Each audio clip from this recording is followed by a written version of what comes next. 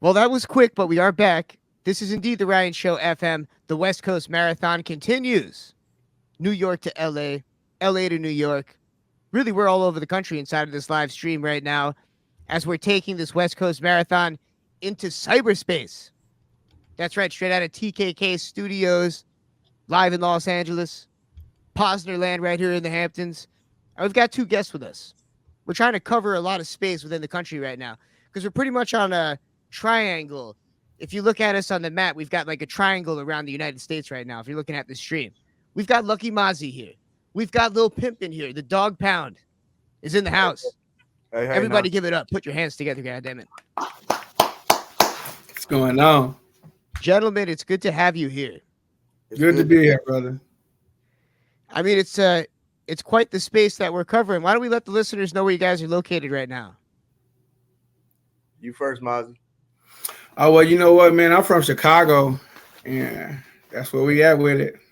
You're in Chicago right this second. Well, I'm from Chicago. Right this second, I'm in Cleveland, actually. So what are you doing in Cleveland? Oh, just making it happen, doing a little bit of radio, working. Okay. Yeah, I mean, that's the connection, Chicago to Cleveland. How far away is Chicago from Cleveland? About a 4-hour trip. 4 Not hours, that bad. okay. Yeah. That's a stone's throw in the middle of nowhere. It is. It really Way. is, though. It's always a connection between Cleveland and Chicago. And Lil Pimpin, where are you located today? Oh, I'm out here in sunny Las Vegas, man. Happy Halloween to everybody. Y'all be safe up out there tonight. I bet in Vegas you really got to be safe out there. Oh, yeah, it's going up tonight. Once again, it's going to be closed down. They're going to be walking around having drinks and having fun. Man, I tell you, Halloween, just an incredible time.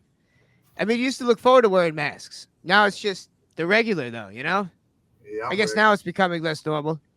But, guys, you've got some great new music out. I like how you can hear in the sound that it's a Chicago West Coast type connection. It's a very unique song what you guys are pushing these days. So why don't you tell us about your song with Corrupt? You guys are teaming up heavy with the Dog Pound. Well, I'm from the Dog Pound. I'm Big Pimpin's son. I come through the game behind Dr. Dre.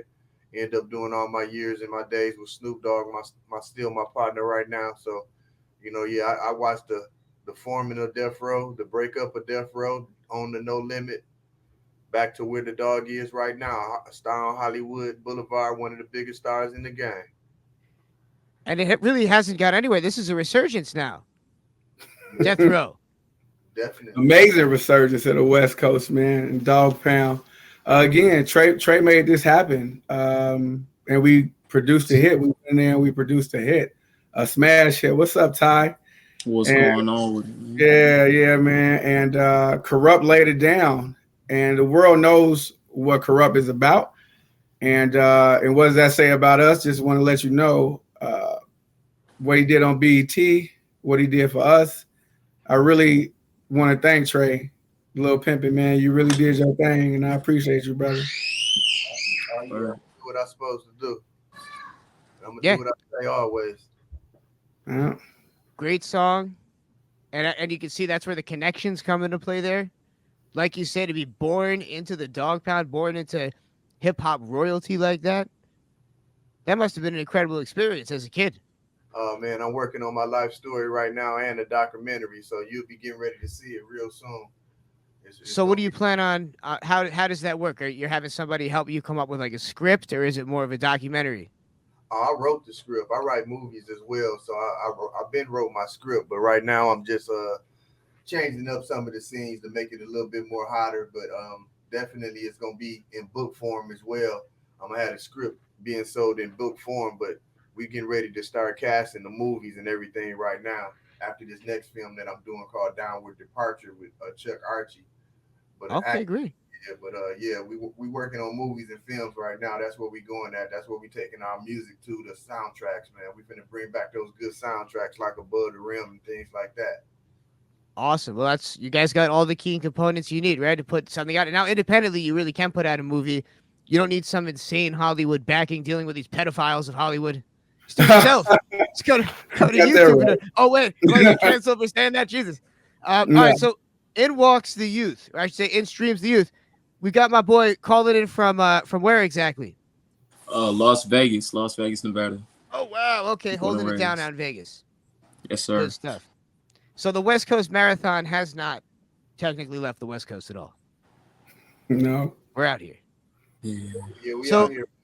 Vegas hip hop, there's not a lot of culture built around it that we know about mainstream. How would you guys, let's start there really quick before we get into Lucky Mozzie and the single and the collaboration. Just out of curiosity, how would you guys describe the Las Vegas hip hop scene? You want me to speak? You want to speak? I would describe it as emerging. I feel like now, you are right. I feel like there's a lot of time that we've taken, and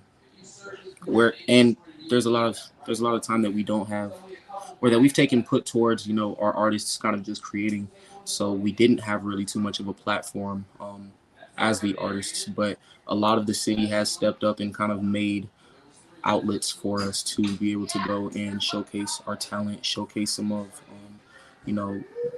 Well, right now, I want you to know there's a lot of good artists up out here in Las Vegas, Nevada. And for the last 20 years, I've been allowing them to get on my stage, doing open mics, opening up for artists. I promote concerts up out here. I promote small shows and a lot of events. So most of the entertainers up out here have been on the stage with me. I have footage of them performing. It's just, this is a competition city. This city is based upon competition. So it's not a togetherness with hip hop in this city. It's who's want to be the best rapper. They'd rather battle rap than come together as a team and make good songs and good music. So the competition in Las Vegas, if they would just kill their egos and come together, it could be a better scene, because there's a lot of good artists that's up out here that's ready to go. You know what I mean? It's just part of hip hop, it seems. I'm not a hip hop artist, but I will say that it was built on competition. People beefing with each other, arguing. And when you think about it, it brings out some of the best music and some of the best words. Everyone's just, trying to be the best. But yeah, and I feel like it's not just Vegas, but it's really everywhere. I'll have artists from Buffalo on that are, Griselda artists, and they say that the home is where the hate is. And it seems to be the same thing everywhere. And maybe it has to do with this competition that you speak of. Yeah, you got Instead that of right. everybody just working together. But hey, I guess that's the story of humanity. It ain't just Right. Las Vegas hip hop, let me tell you.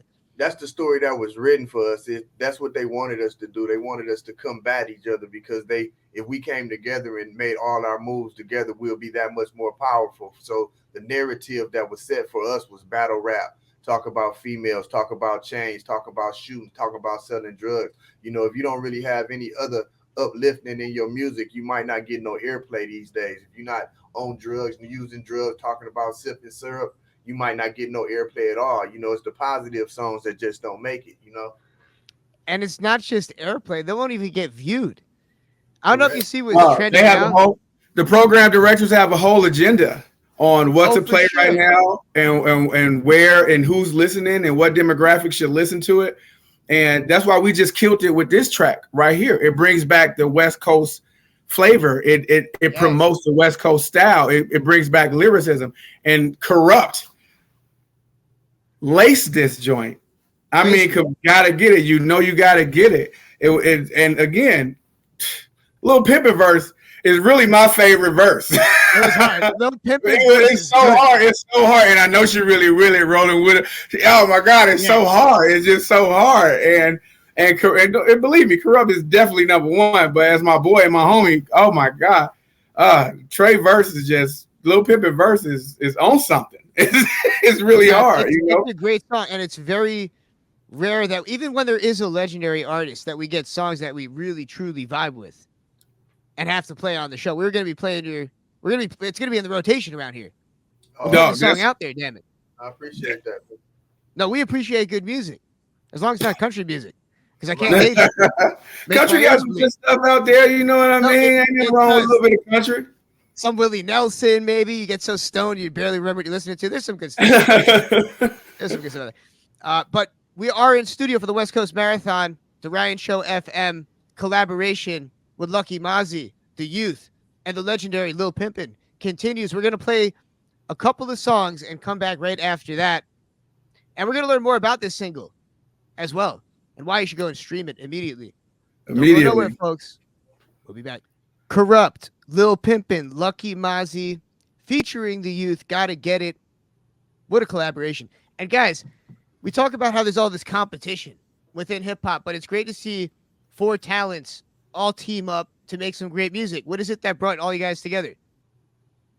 Well, Lucky wanted to get it done, and I'm connected with the Dog Pound with Corrupt, so I have a studio right here where you see me sitting at, so it's always an area where we can record and get it done. So we recorded it and passed it together, but we not the competition.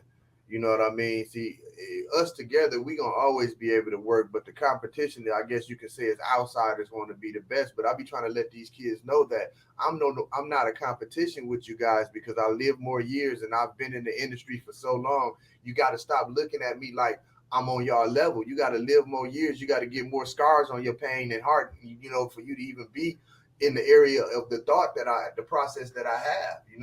I done took a lot of ups and downs and disappeared for a while for we can still be here right here pushing this line. That's what it takes, though. There's so many opportunities to quit, and the treacheries of the industry are there. No, So they all around. It's easy to quit, and it's easy to fall into the wrong areas of the industry. what do you mean by the wrong and that's a big reason. What do you mean by the wrong areas of the industry? Again, drugs.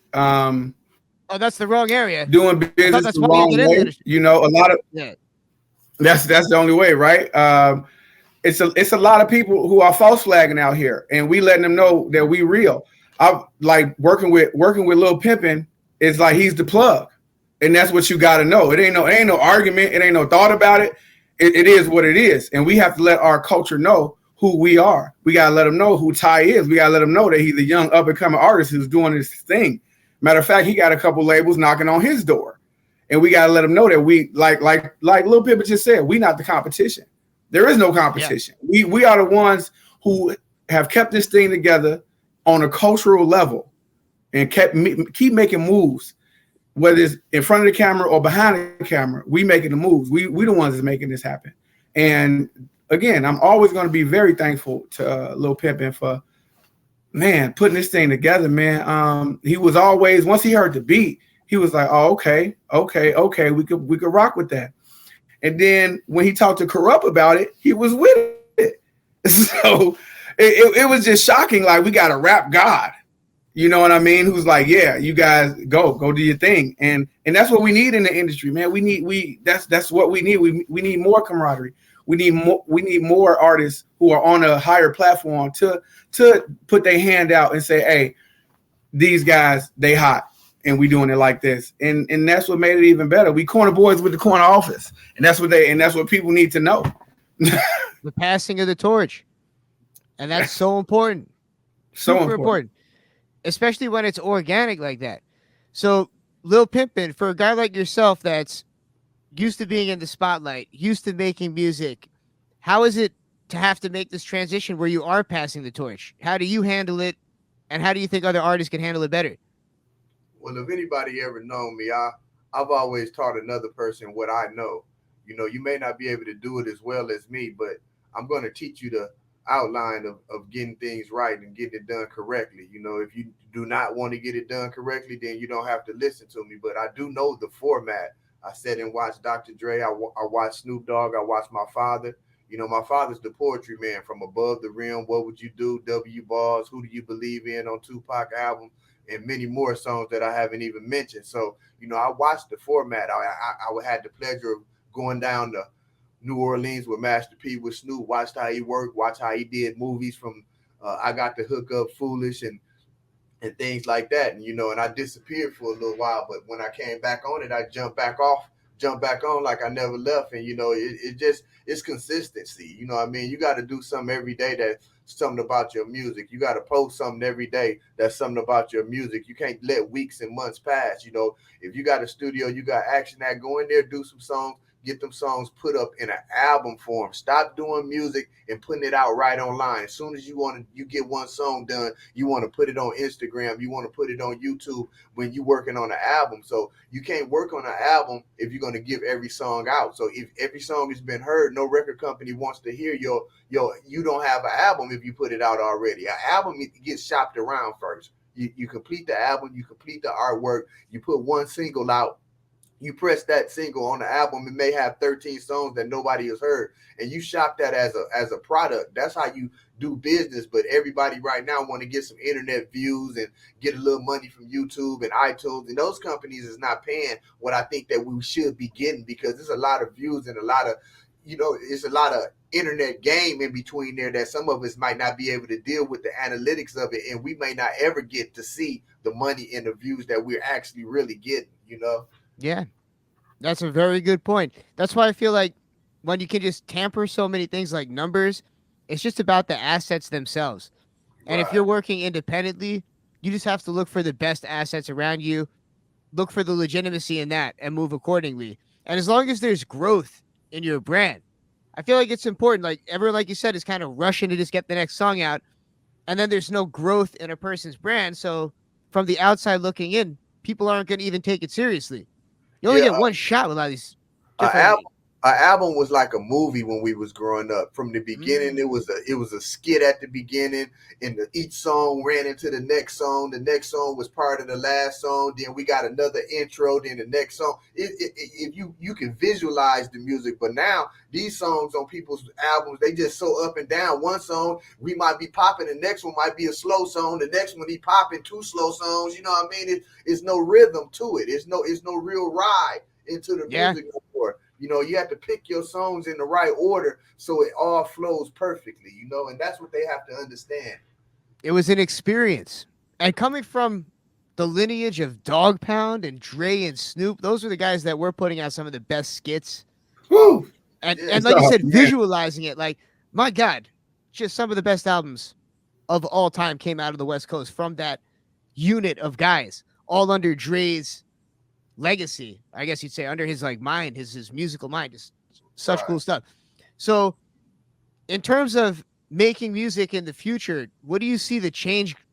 Like, do you see or visualize what the change is going to be? As we see now, like you mentioned with albums, it's so quick, microwavable songs, one thing to the other. Do you think that maybe there will be some type of a resurgence, or do you see it getting even worse? The West is coming back right now, man. They want that West Coast style. I hear a lot of girls in the street saying, man, we tired of hearing this type of music. You know what I mean? So right now, it's a good thing because I have a style. I haven't changed my style up. This is me. If I was going to bust something, I bust like I bust. I'm not trying to be another rapper. I'm not trying to sound like another rapper. Oh, they sound like this now. I never been that. So after a while, when it changed out, some of the older MCs, music, got slowed down a little bit. But now we realizing, because a lot of the new artists are starting to listen to some of the older artists' music. I've met people that don't even know who Tupac is before. Younger people. It's not many, but I have met a younger audience that haven't heard none of that. None of the old Redmans. They don't know who Method Man is, and they don't know who a lot of OG hip hop artists are. But they know the names of the young artists that's hot right now because that's their era. For the last 20 years, everything changed in the industry, the streets, the movement, everything. I just watched it all change, and it's fluffer now. You know what I mean? That's the word. It's just not the same quality and the same caliber. If you look the streaming numbers, there were reports that came out that said the old school hip hop's doing better than a lot of the young artists. A lot of these kids that have been made music from 2007 to, let's say, 2022. How much of that is real lasting music that you're going to listen to in a retirement home? You already know everybody's going to be playing Gimme the Loot in a retirement home. You know what I'm saying? There's like certain songs that are just so timeless. Are there songs like that? I'm not saying that there's not some new hip hop songs that are that timeless, but just in general, the numbers speak for themselves. Gin and Juice, explosive. Yeah, it's so much music. There's going to be 95-year-olds. Imagine that 95-year-olds like listening to Gin and Juice in the retirement home, but it's going to happen.